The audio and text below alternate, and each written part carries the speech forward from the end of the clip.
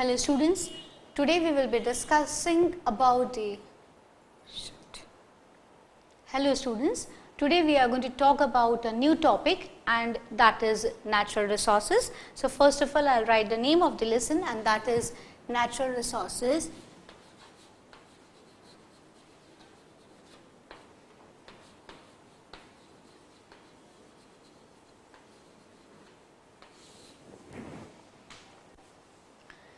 Natural resources. In this topic or in this lesson, what we are going to study, we will be studying about the different resources which we get from the nature. Now, when we say that the resources which we get from the nature, that means we have plenty of things to discuss. So obviously we will be discussing about the air, we will be discussing about the soil, water, and also we will talk about that how human activities are disturbing the balance of the environment, how human activities are destroying the balance, and even we are going to talk about the effects of the human activity on the environment as well as on the living organisms. So to begin with, now when we talk about the planets, we all know there are how many planets and all this thing we know, but when we talk about the planets, the earth has its unique position. Earth has got its unique position. That means there is n number of things which are found only on the surface of the earth, and that is the reason that the planet earth is different from all other planets. Now what is this different thing which is present on the surface of the earth? The different thing which is present on the surface of the earth is life, children. As life is present on the surface of the earth, that means living organism is there, life is there on the earth. But this life is there, but what are the different reasons for the survival of organism? What are the different reasons why are we able to survive on the surface of the earth on one planet and why not on all other different planets? Because there are certain resources, because there are certain things which are present only on the surface of the earth. Now what all are the different things which are present over here?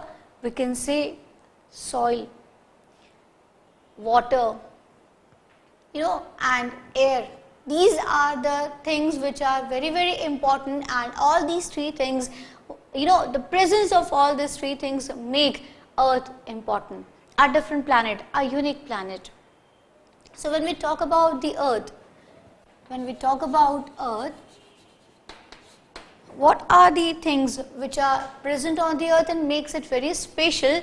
So we can say air and even soil and water. Now these three make the life possible on the surface of the earth. Now it's not that only when we talk about earth, only on the grass part, only on the solid part earth is present. No, life is present, I mean to say. So life is present on each and every part of the earth. Life is also present in the air. So life is everywhere when we talk about on the earth.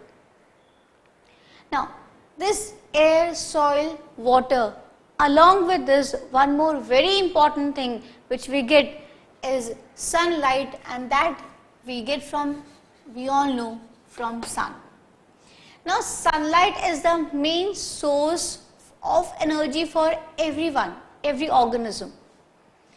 All the animals, they get directly or indirectly their energy, their food from where? The plants. And plants are they are able to prepare their food. Why? Because of the presence of the sunlight. So these are the things which make earth very special planet. Now I am saying air, soil, water. So do we can we call it by something, some different name? Is there something which we can components, something like we can call it in a better way? So we'll talk about the same thing in some other sense. So I can say that the earth, all these, the air, the water and the soil, these are the components of the earth. So, or I can say components of the biosphere. So, what is biosphere and what are the components? So, now we will talk about this. So, I will write over here lithosphere,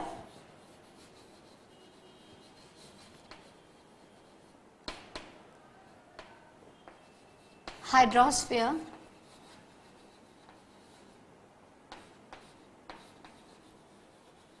and the third is atmosphere.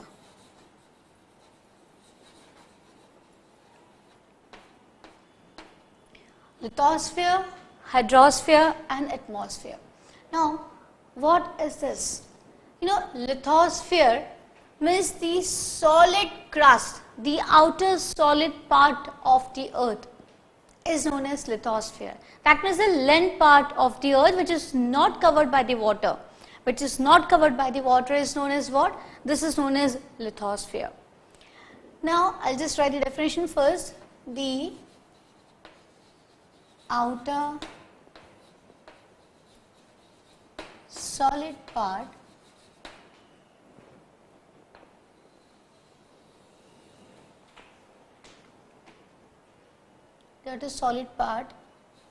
of the earth, or even I can write the outer solid crust. I can even write crust of the earth is lithosphere. Now, this lithosphere, why is it so important? Why lithosphere is so important? When I say lithosphere, that means the land part where with the part of the earth which is not covered by water, that is lithosphere. The part of the earth which is only land, that is lithosphere. The solid outer crust of the earth is lithosphere. Now, why is it important? This lithosphere is very important because of the presence of lithosphere, we are able to stand, we are able to survive. There are so many organisms, there are so many animals and plants which lives on the surface of the land. We talk about plants, how do they grow on the land? And organisms like we animals, we live on land. The, even the microorganisms, if we talk about microorganisms, there are plenty of microorganisms which survive in the soil. That is the reason lithosphere is very, very important for the growth of the plants. If we talk about the minerals, the nutrients, where do the plants get their nutrients from? Definitely they get their nutrients from the soil. They get their nutrients from the soil. So we can, why we can say that this is very important part of the biosphere, because this is a solid part where the animals live, where the microorganism lives, where the rodents live, where the insects live, where the plants grow, where we can stand. So this lithosphere is very, very important. Now, when I say that soil is present over here, so how soil is formed? Soil is formed due to weathering.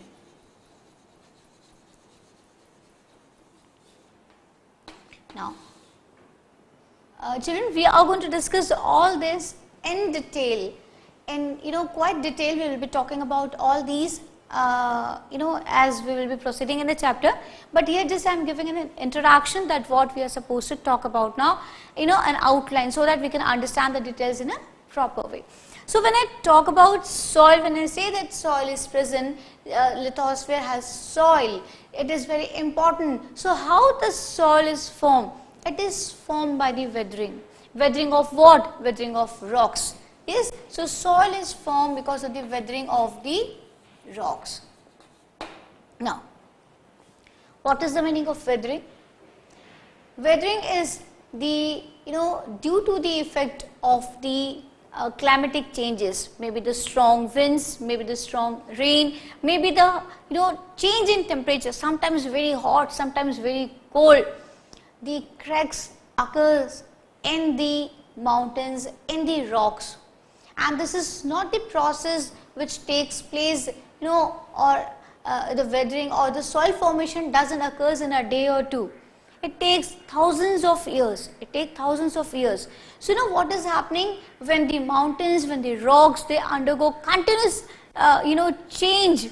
They have to bear so many changes. When it rains heavily, what happens, many a times due to strong rains, the crack occurs. In this crack, the water gets filled. Now again, when the temperature increases and decreases, due to the expansion of water, to the expansion contraction, so when it gets filled, the water gets filled in the cleavages, in the cracks, and when the temperature decreases, get converted into ice. Now again, it get melted and convert into water. So this again when this thing is happening, so due to the strong winds, so all these action, what is formed? Soil is formed, and this formation of soil takes lot of years. So it's not the thing which occurs, which takes place, which gets completed in a day or two. I'm again telling you, children, we are going to talk about weathering of rocks, soil erosion, everything in detail. So do not think that I am explaining only in one line and it's over. No, we'll be talking about all this in detail. So here just we are taking an idea that what actually is lithosphere. So this is how due to weathering of rocks, the soil is formed, and soil is very, very essential because the plants get their nutrients from the soil. The microorganisms also lives, the insects also lives, if we talk about the rabbits and the snakes, they make their the burrows and they live in the soil.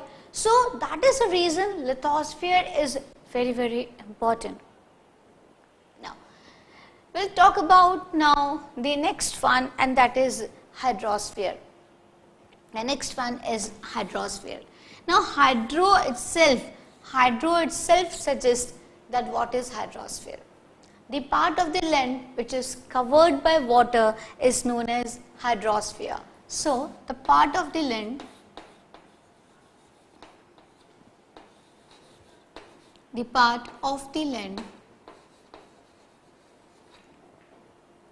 covered by water is lithosphere. Now, which part of the earth is covered? Now, like what is there? We all know oceans, sea, rivers, lakes, and even the reservoirs, the ponds, all this. That means any part of the earth which is covered by water is will be coming under what? Will be coming under hydrosphere. Now, in hydrosphere, if we talk about hydrosphere, this is also part where life survives, where life exists. In the beginning only I told that in all these three parts, if we talk about lithosphere, hydrosphere or atmosphere, life is present everywhere. Life is present everywhere. So hydrosphere is the part of the earth which is covered by the water. And if we want to talk about the examples, then we have oceans, sea, rivers, lakes, ponds, reservoirs. So all these includes even the underground water. Even the underground water is it comes under hydrosphere. So this is what? This is the part of the earth which has got water. And when we talk about oceans and sea and lakes, so you all know like aquatic life survive in these water bodies. So even water, like in these water bodies, the life is there, and that is what I am saying from the beginning, that life exists here also. Many animals live in water, and even the plants are there in the water, and we all know that the organism which lives in the water are known as aquatic. If it is animal, then we'll say aquatic animals. If it is plants, then we'll say aquatic plants. So, hydrosphere, the part of the earth covered by water, and in this oceans, rivers, seas, all this will be included. Now, how much water is there? Lot of water is there. Lot of water is there, but still there is scarcity of water. Why? Because the part of the earth which is covered by water, you know, the which kind of water is it? It's the water which is, you know, oceans and seas, like what? It is saline water. And whatever good water, the fresh water is available, we are polluting that. And that is the reason that we have so much of water. I can say that we have got 75, at least I can write here 75% of earth is covered by water. But still we say that we are scarce of water, we have water in very small amount. Okay, so we will talk about that also in detail. Now we will talk about atmosphere. Now what is this atmosphere? The envelope of air. Envelope or blanket of air.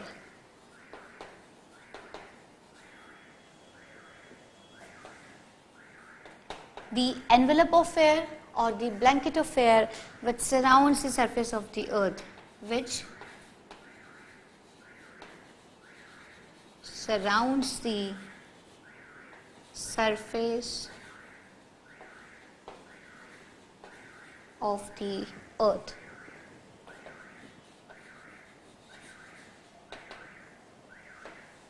Now, the envelope or the blanket of the air which surrounds the surface of the earth is known as atmosphere. Why this is important? You know, I will say this is the most important part. I will say this atmosphere is most important part.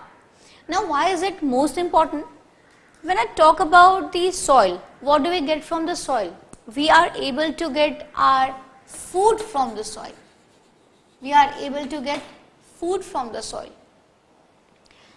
And hydrosphere, water. We need water for drinking, for various processes which goes in our body. You know, the most of the part of the body, like even if I talk about blood, lot of, like, you know, the water is also again an important constituent of blood.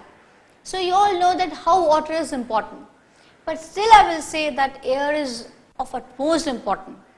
I do not deny that these are not important. Definitely these are also important, and that is the reason we will be studying this. But we can survive without water for some hours at least. You know, even for one day we can survive. For if we talk about food, we can survive without food. No, it depends upon the person, but for me I can say that I can survive for one day and one night. So like 24 hours I can survive without food and water. But when we talk about air, can we survive without air for even 24 or 2 hours? I cannot survive. I do not know about your capability. Yeah. Okay, so jokes apart, no one can survive without air. That is the reason that air, I am saying that it is the most important for us. It is very, very important for us. Why? Because we cannot survive without air, even for a few minutes, more than 5 minutes, we cannot stop our nose and we cannot remain breathless. No, we want air. Air is important because we all breathe in presence of air. Now when we talk about that, what is there in the air? So there are different gases which are present in the air.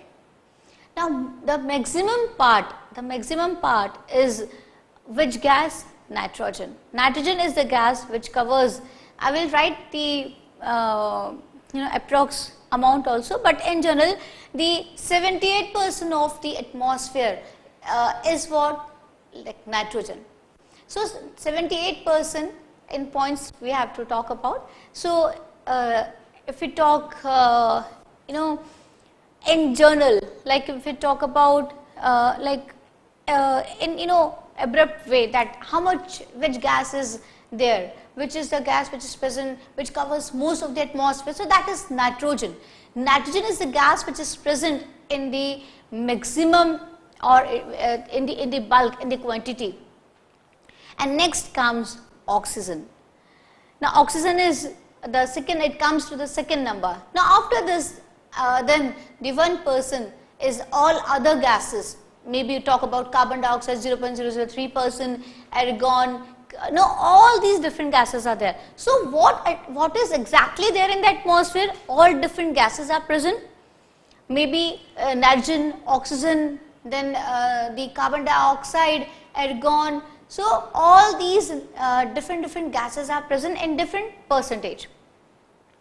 Now when we talk about the percentage, this composition of the percentage has also formed due to the presence of the living organism.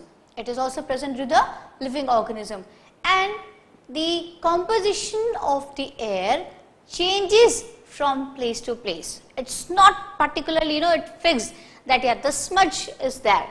You go and stand at one of these circle, square in the sense, not the square, I'm not talking about the shape. You go and at a very crowded place where lots of buses and trucks moves, a place which is where the traffic is very heavy. So there you will find that the composition of air is quite different, because you are not able to breathe properly, because so many vehicles are there and the vehicles are emitting so many oxides, and you will feel like you are not able to breathe, like you will not be able to breathe properly. Why? Because there the composition is changed a bit. The particles, the dust particles, the smoke, the oxides, all are coming in which you are breathing. So that makes it difficult for you to be there. But when you talk about a garden, a pleasant garden, an open place, or you went out for somewhere, for the outing, and you are there in the forest. So when you talk about that environment, the atmosphere over there, air contained, will you be able to breathe over there? Definitely you will be able to breathe over there. Why? Because the composition is slight different. See, I am not saying that it means that the major composition of the atmosphere changes, no, but the slight changes are there when you move from one place to another place. If you go in in a city, highly crowded, or the place which has got lots of vehicles, and so that place will be having lot of oxides, dust particles, smoke, all this thing will be there.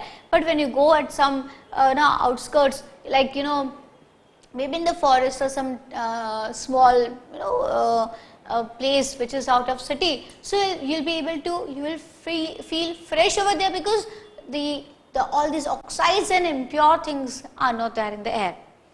So all this changes. Actually these are what? Human activities only which is changing the constituents of the atmosphere. So if we talk broadly, if we want to talk about the atmosphere, that which gases are there, so I will say nitrogen,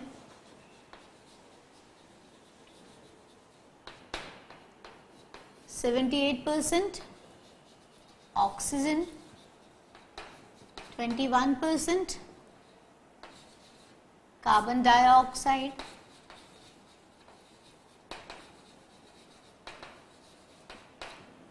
0.003%. Now, if we want to talk about in points, then 78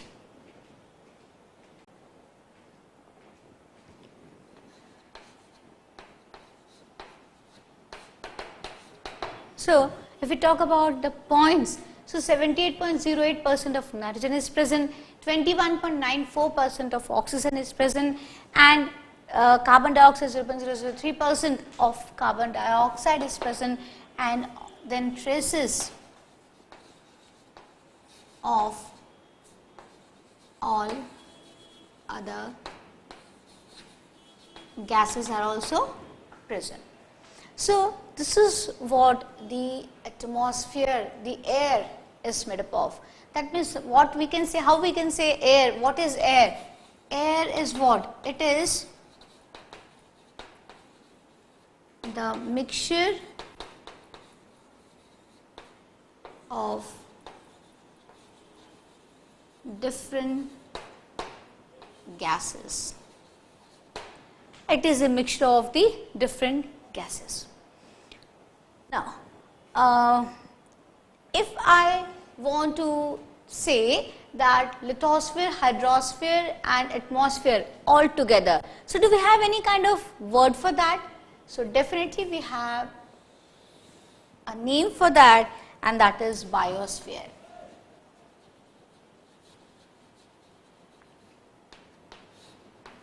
Now, what is biosphere? Biosphere, we can say that all spheres, lithosphere, hydrosphere, atmosphere, these are the components of biosphere. All together, these three forms biosphere. Now, biosphere is the part where the life exists in all the components of the biosphere. Now, how can we define biosphere? So, and what are the things which we get from the biosphere? How are we able to survive? How are we able to fulfill our needs? So, I can write over here part of the earth which supports life.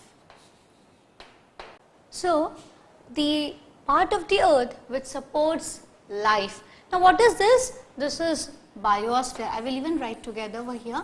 So, this forms biosphere. Now, biosphere has different, what I said, that lithosphere, hydrosphere and the atmosphere, all this together can be known as biosphere.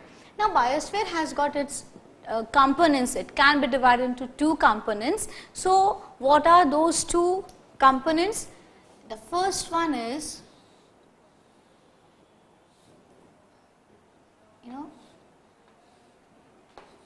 abiotic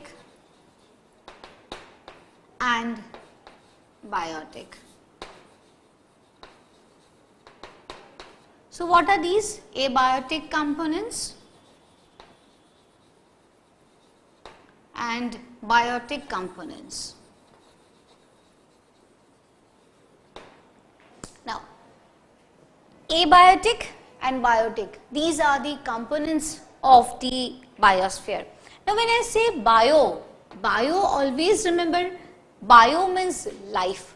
Bio means life. So, all that which is living on the surface of the earth, all that things which are living on the surface of the earth, which has got life, comes under this category which is known as biotic. So, what all are? I can write plants and animals, and I can even write microorganisms over here. I'll just do one thing. I'll rub this part and I'll write over here. So, it is the mixture of different gases. So that I will get that place. So, what is biotic and abiotic? These are the components of the biosphere. See, components of the biosphere, biotic component and the abiotic component.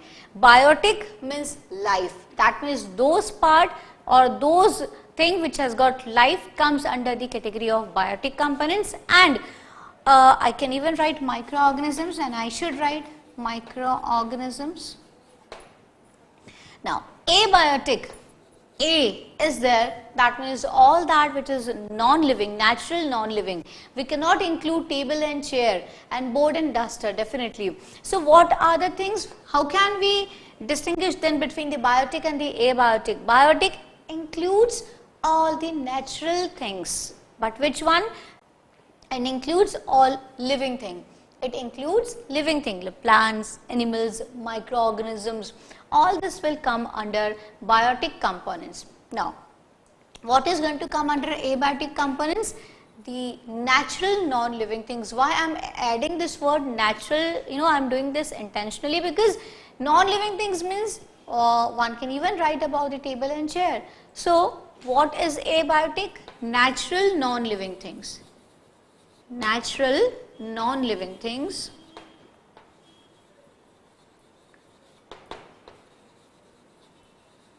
And here living things.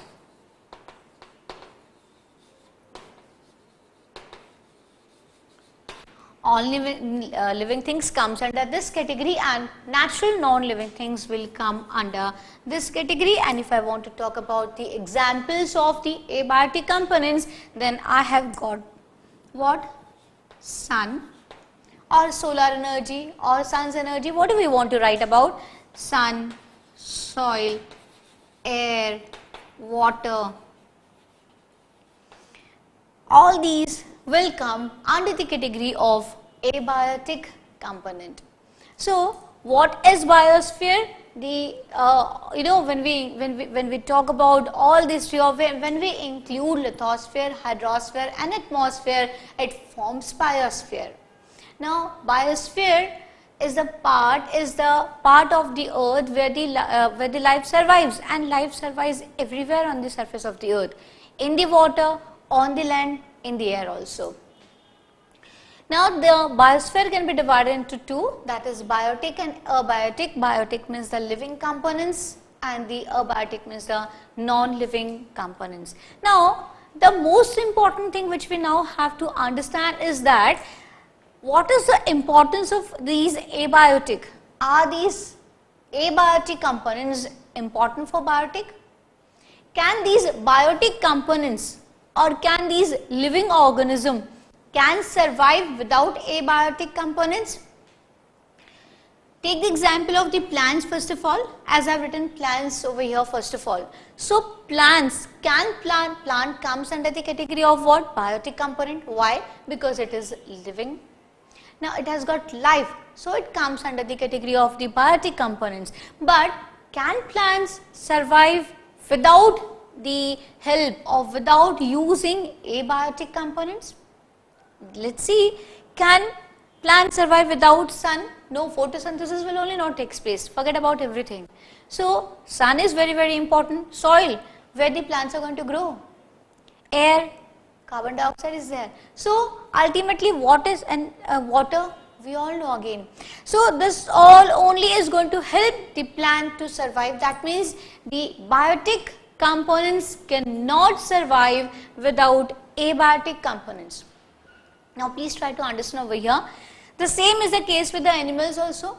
Animals will not be able to survive without the plants. Why? Animals, please try to understand over here children, the plants cannot survive, without, the plants cannot survive without abiotic. Now, animals cannot survive without plants. If we have plant food, plant product, all the animals including human, even if you are non-vegetarian, you can survive. So, the animals, if we talk about, the animals cannot survive without plants, but the plants cannot survive without abiotic. And one more thing, this I am talking only about the food, but can animals survive without air? Can we survive without land? No. So, again, and definitely the same is the case with the microorganisms also. Why? Where do microorganisms live? Microorganisms live everywhere, in water, on land, in air, in our body, outside our body.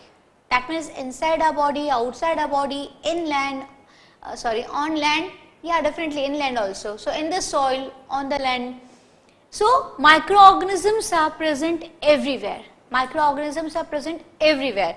So, we can say now that biotic component cannot survive without abiotic component. That means definitely the plants and the animals, the life, the living organism requires abiotic component.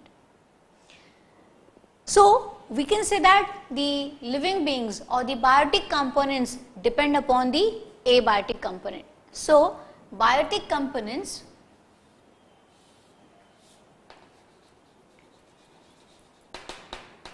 biotic components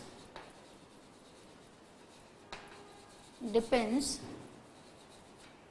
upon abiotic, and these are the part of this, okay, because there is no place now to write. Now, biotic components cannot survive without abiotic. That means for biotic, abiotic has to be there. Now, what are the, like we are saying that biotic is dependent upon the abiotic, but one more thing, the biotic also affects the abiotic. Please try to understand this line. Biotic bring changes in abiotic things and then are also affected by the changes which are there in the abiotic. I will explain you this line. See, now we are using natural resources. This word I have not explained, so I will come to more simpler one. We are using water, which is abiotic. We are also misusing water. We are also throwing all garbage in water. That means water is getting affected by our activities. Now, when the water gets affected, when the water gets polluted, this polluted water if we consume, we fall sick. So, first of all, we with our activities, we are bringing negative change on the abiotic component, and due to the change in the abiotic component of water has become polluted. So, this polluted water is going to affect the organism. So, first of all, biotic components depend upon abiotic. Biotic components with their activities bring changes or affects abiotic components, and due to the changes in abiotic components again get affected by this. Now, when the floods are there, so the living organism get affected. So, due to abiotic things, that means due to the water, the floods, the life is getting affected. When the water is getting polluted, the life is getting affected. When the drought is there, life gets affected. When air get polluted, when the pollution just I read somewhere in the newspaper that in Delhi the people are not able to breathe, and so the schools were closed for 5 days. Why? Because of the heavy pollution which has come due to the because lots of crackers were burst during Diwali. So what was the change in, what was the change? Lot of pollution was there, lot of unwanted particles came into air, and who has brought this change? We, human beings. Man has brought this change in the air. Lot of dirt, dust, unwanted oxides have come into the air. Now this air is affecting us. How? The schools are closed. We are not able to breathe. We are suffering from many diseases. So that's what I mean to explain, that first of all, biotic cannot, the living things cannot survive without these abiotic component. Second, living things by their activities, especially humans I am talking about. Humans by their activities bring changes in the non-living, this abiotic component, and also get affected due to the changes in the abiotic components. So I think now this is clear to you all. Now, if I say that I can survive alone, can I survive alone? Can you survive alone? Either, rather I should say that no organism can survive alone. An organism has to interact, interact with the other organism or the other member of the same species first of all. So, an organism first of all has to interact with the other member of the same species. That means monkey has to interact with the monkey. Yeah, a snake has to interact. That means some relationship has to be there. An animal cannot survive, an organism cannot survive alone. Talk about plants. Can plants survive alone? No, even they need all, abiotic things they need. They need help of the animals and plants for the pollination and for the dispersal of the seeds. So even the plants interact with the other members of the same species. The ways are different definitely, okay. I mean to say that some relationship has to be there. So the animals also interact. First of all, I will make it more simpler. The living organism cannot survive alone. Living organism first of all has to interact with the member of the same species. It also interacts with the abiotic components. It also interacts with the members of the another species, and that is how I can say that life is interdependent. Life depends upon the abiotic component, get affected by the abiotic components. Life also depend upon the members of the other species and the same species as well. So life is interdependent. No organism can survive alone. No organism can can survive, can increase, or no species will be able to survive until unless such kind of interaction is there.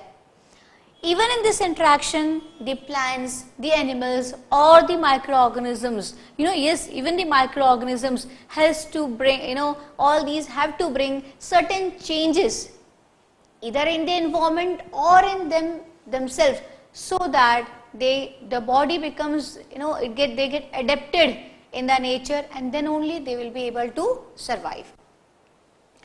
Just take a very simple example. If more pesticide is used, a particular pesticide is used, then the pest become habitual of that pesticides, and then the pesticides do not affect their lives, isn't it? So till now what we have discussed, first of all we have discussed that the earth is a unique planet because of the presence of the life, and life is possible on the surface of the earth due to the presence of the some most valuable things like air, soil and water, and the last but not the least, very important, sunlight. Now then we studied about the lithosphere, hydrosphere and atmosphere, the part of the earth, the crust, if